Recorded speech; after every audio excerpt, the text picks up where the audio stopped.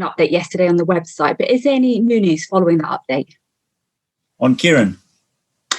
Just generally, anything new to add to the update that Arsenal issued yesterday? No, not really. We will know more in the next 2 days with the injuries that we have and how they are evolving and whether they're going to be available for Sunday or the next game. And be patient, because at the moment looks like a lot of players are breaking down. And just focusing in on Thomas Partey, can you let fans know just how long he might be out for?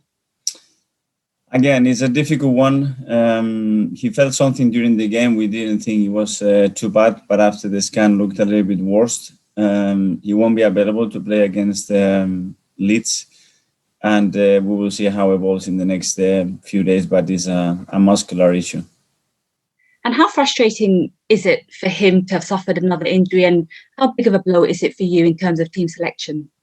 He was devastated. We were all devastated because we know the importance of Thomas, and we haven't had him since we signed him. We haven't had him in 3 games consecutive. I think he's only played 90 once. He's come back from the injury, so it's a big blow for us. But he's adapting to the league. I think he's been very unlucky as well, and he's very frustrated because he's a really competitive guy who wants to feel important and be important for the team. And at the moment, the injuries are restricting a lot of game time for him.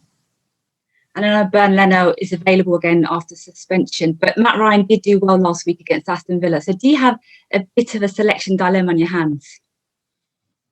Well, I think Matt played a really good game, and to be for the first game that he played with us after very little training, I think he was really good. I really like the way he reacted, because considering a goal in your debut so early and still react the way he did, it showed a lot of character from him. So that's why we brought him here, because he has to be an option and he has to keep pushing Burn. And you've had a week to prepare for this game against Leeds. So has that time on the training pitches been useful for you to try to fix any issues following the last 2 games, which of course were losses? Well, we could work some days not, because of the snow as well and the conditions on the pitch. But it's unusual for us to have a week to prepare. But obviously, we reviewed a lot of things that we've done in recent weeks. The reason we won a lot of games and the reason we won in a really strange way the last 2 games when we didn't deserve to do it. But it's completely down to us and things that we have to do better. And Leeds, of course, sit above Arsenal in the Premier League table, and the reverse fixture produced a goalless draw. But what did you learn about Leeds from that game, and having watched them recently as well? Well, they are a really brave, dynamic and attacking side. I think they are a really exciting side. A great coach, great coaching staff, that they are all involved, and a bunch of players that believe 100% in what they do. And they just go every game with the same energy and enthusiasm to go and get the points. And I think they deserve more points as well with what they have in the table at the moment. Okay, Mikel, thanks. Thank you. Thanks for Charlie. We'll go to Emma from Sky Sports. Hi, Mikel. Nice to see you. Hello. Hi. I know you've given a bit of an update there on the team news and on Thomas Partey, but just on Kieran Tierney, I know he's due back in training next week, but what is the time scale there? When do you expect him to return to action? We're going to have to see how the knee reacts when he starts to get a little bit more load. He hasn't done much yet, but he's very positive at the moment. He's in great spirits. He's desperate to get back on the team, and we will see in the next few days, the moment he starts to train a little bit more with the team, how that knee is feeling and react to the load. How frustrating is it not to have him available? Obviously, the Leeds game this weekend, but you're back in Europa League action next week, and then you've got a couple of big games in the Premier League as well, in City and Leicester. To be fair, getting used to it, because we're missing so many players all the time. I don't remember the last time that we were able to play the same starting 11 two times. 3, I can't even think about it. But it's what it is. The players are making huge efforts. Even the ones that are injured are willing to come back all the time to play, and this is what we demand to them. And the ones that are on the pitch, they have to give their best and make it difficult to the ones that want to get back in, and that's what we're trying to do. And that Leeds game back in November, that goalless draw, it was really remembered for Nicolas Pepe getting sent off. he's improved massively over the past few months. You're obviously working with him in training every day. What more can we expect from him? Again, that he can maintain the level now for months, not for weeks. I think he's done much better. I think there is a click on him, even on his mentality, how he's approaching every training session, the importance of every action in the game, and how he can sustain his focus and his determination during games. I really like his attitude. Why he's done the last few weeks, I think it's been much better. He still has a lot of room to improve and grow. And he's willing to do that. So I'm expecting him to go to the next level very soon. And last one from me, Mikel. I know we've spoken to you about this before, but I just wanted to ask you about the social media abuse that we're seeing, because it seems like it's almost a daily occurrence now that players are being abused on social media. Is this something you've spoken to your players about? And what are the club doing to support players? Of course, we spoke internally about the players and tried to give them some advice and trying to protect them as much as possible.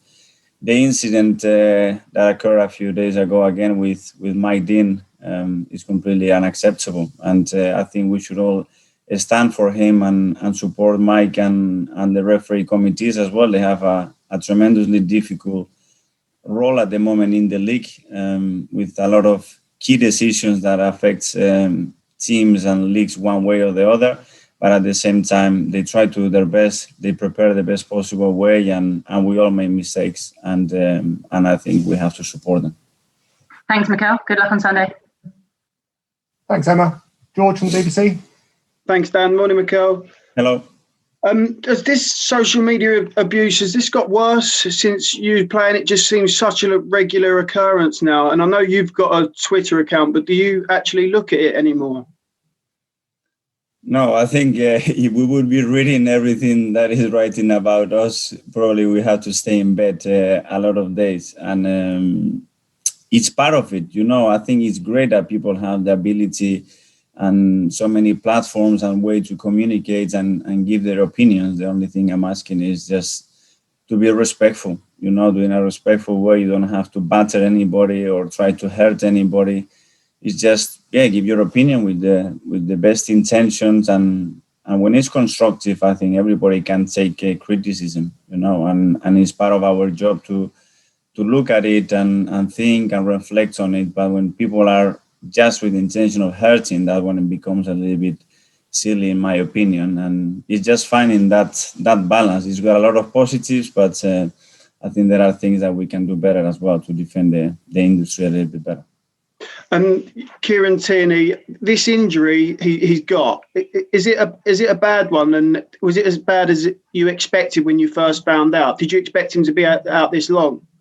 Well, we didn't know. At the end, when you have pain and you are not comfortable and you are someone like Kieran who does everything 100 miles an hour, you need to be in the right condition. And when someone like him is telling you it doesn't feel right, something is wrong, you worry because you know how much he wants it as well. He's in a much better place now in the last few days. He's feeling better. He's training. He's positive. He's willing to come back early and help the team. And hopefully we can have him soon.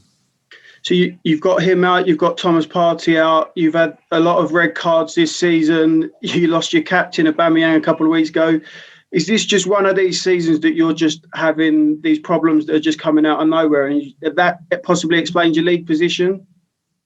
I don't know. I don't like to use any excuses. It's what it is. We have to adapt, and we have other players trying to do their job. But at a certain moment, you need some consistency. You need a team that has to play, and you see all the successful teams that you need some consistency in your starting 11s and get that chemistry, that cohesion, that togetherness there. And we haven't been able to do that. And it's the context, it's the situation, it's the COVID, it's that strange year, it's no preseason, it's a lot of factors there. But I think still we could be in a much better place just looking at what we've done in games ourselves and what we have given away. That's it. Just the last one. Marcelo Bielsa's got a famous sort of training ground tactic. I don't know if you've heard of it. It's the players practice a thing called murder ball. I just wondered if you'd heard of it and whether you've tried that with your squad at all. It's apparently very intense and it's all out for 20 minutes.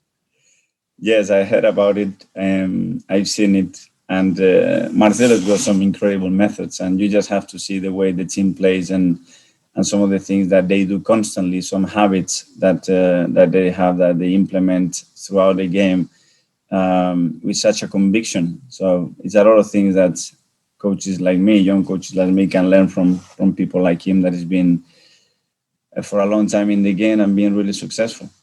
Thank you. Good luck Sunday. Thank you. Thanks. Thanks, George. We'll go to Ian from TalkSport. Hi, Mikel. How are you? I'm good, thanks. Good. I just want one more on social media, and I spoke to you last week about it, but I was chatting to Steve Bruce yesterday, and he said, like Mike Dean, even he's had death threats. It seems that even managers are being singled out in the media. I know you don't necessarily look at Twitter and Instagram, but have you suffered some stick this season? Because you have. Do you want to tell us about it?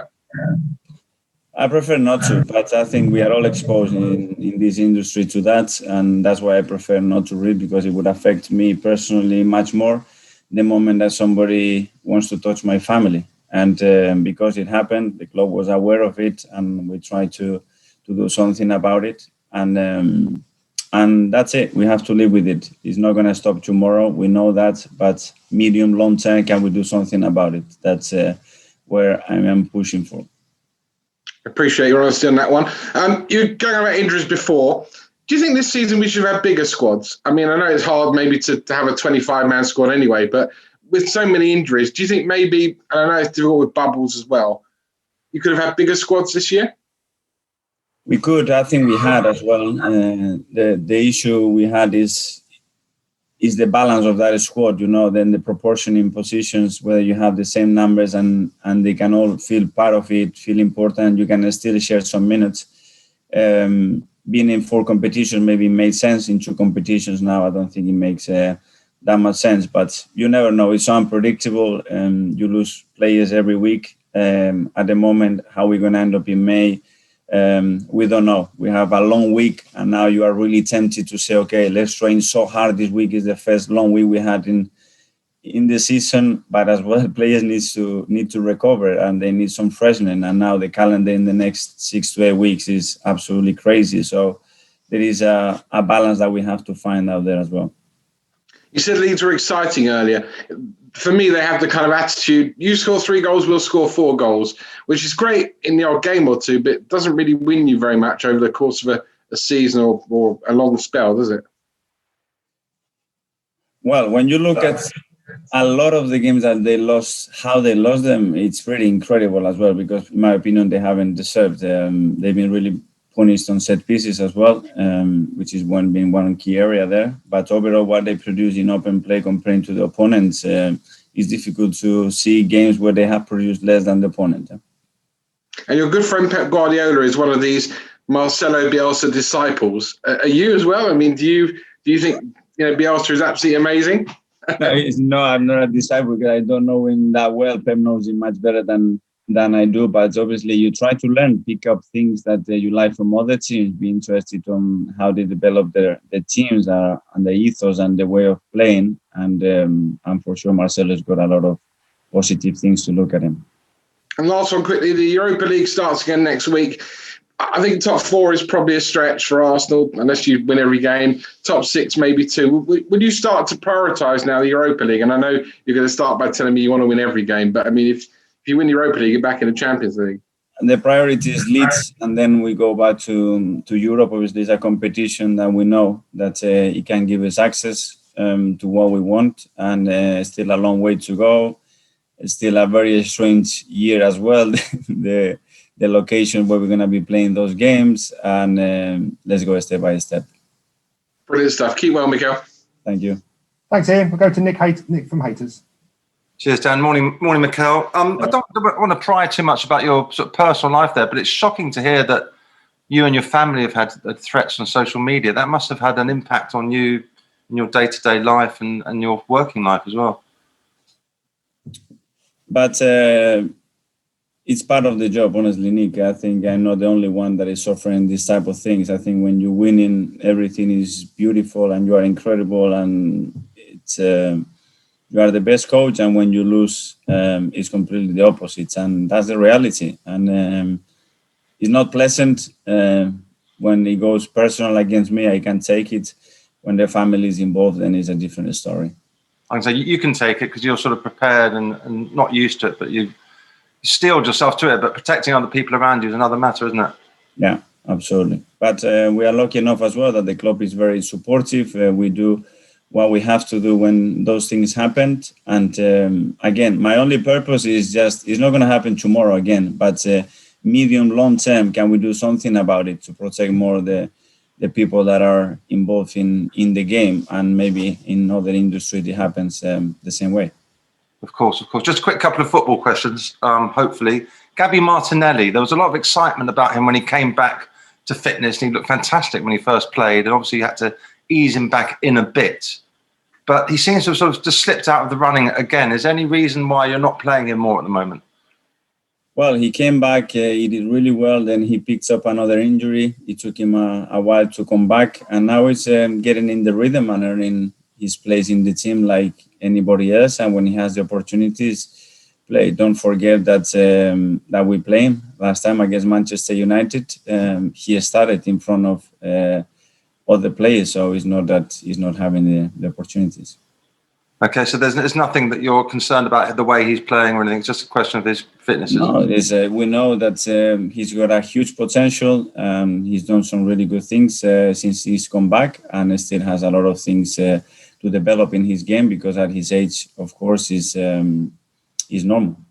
The Thomas Partey injury, is that just a sort of a side effect of this demanding season? Because he never seemed to get injured before, did he?